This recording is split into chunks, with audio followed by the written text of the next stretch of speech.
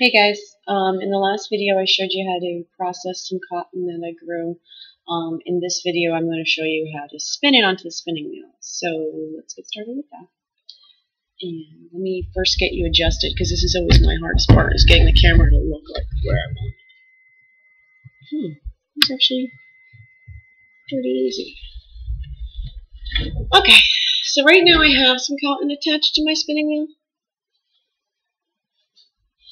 Alright, but let's just say for argument's sake it wasn't attached and stripped it off.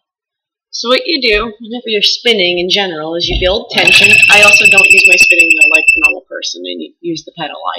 I do this.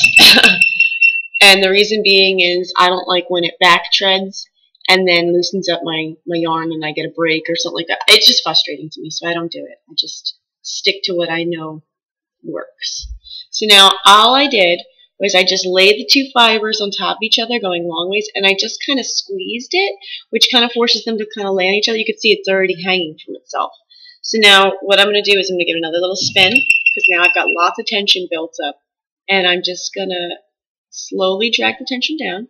And you can see that that has now made cotton, let's see if I can get even closer, into a thread. I think it might be the lighting. I don't know if you guys can see this. You can see it against my hand and stuff. But anyway, that's the cotton.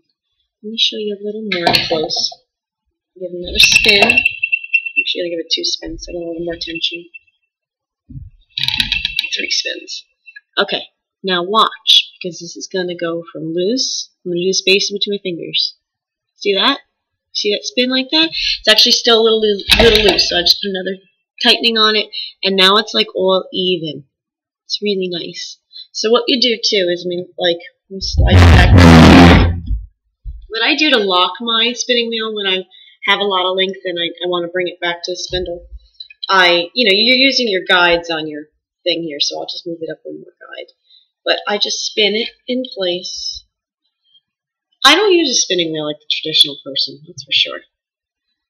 And then just do a little more, build a little more tension again.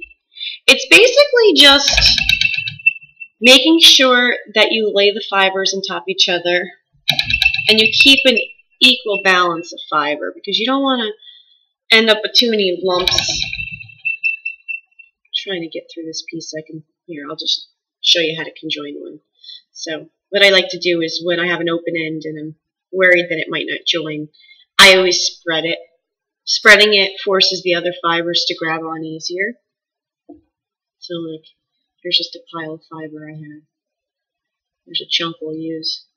I'm just going to kind of put that on there and just kind of squeeze it together, and it's already formed. So now I might have to stretch it a little bit to get the width of the yarn I've been using, because I don't want it to be lumpy. But once it's been stretched out to the width that I like, I'll once again build my tension. And watch this area. There you go. Spins right up. We spin it around. You always run your fingers over to make it smoother. And there's yarn. That's of cotton. So I'm just going to spin up a little more of this real quick.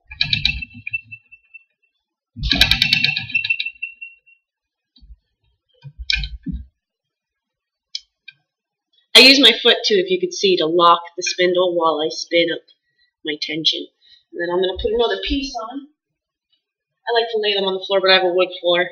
See, now here's one of those pieces of cottons that we had prepped. This is going to be perfect for this, because I'll just lay it right on. And bam, it's already connected. It's great. It's like a roll-lag, pre-made. I build my tension. We'll do this area right here. Okay, we need a little more tension. Alright, there we go. Beautiful. So that's how I spin cotton. It's very simple. It's a little weird because I do everything weird. I think that's just because I'm dyslexic or something. But anyway, I hope that helps anybody. If you have any questions, feel free to hit me up.